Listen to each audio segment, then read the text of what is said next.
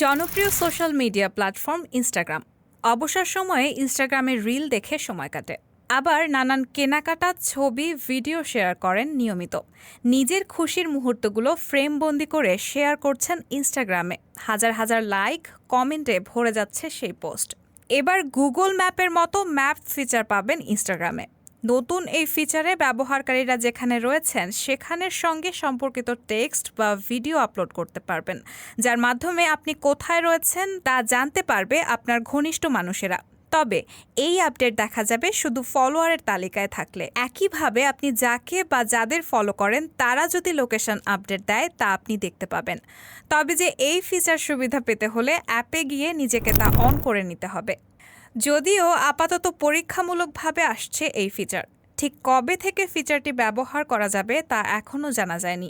এছাড়া ব্যবহারকারীদের কথা মাথায় রেখে সম্প্রতি রিলের ক্ষেত্রে নয়া ফিচার এনেছে ইনস্টাগ্রাম।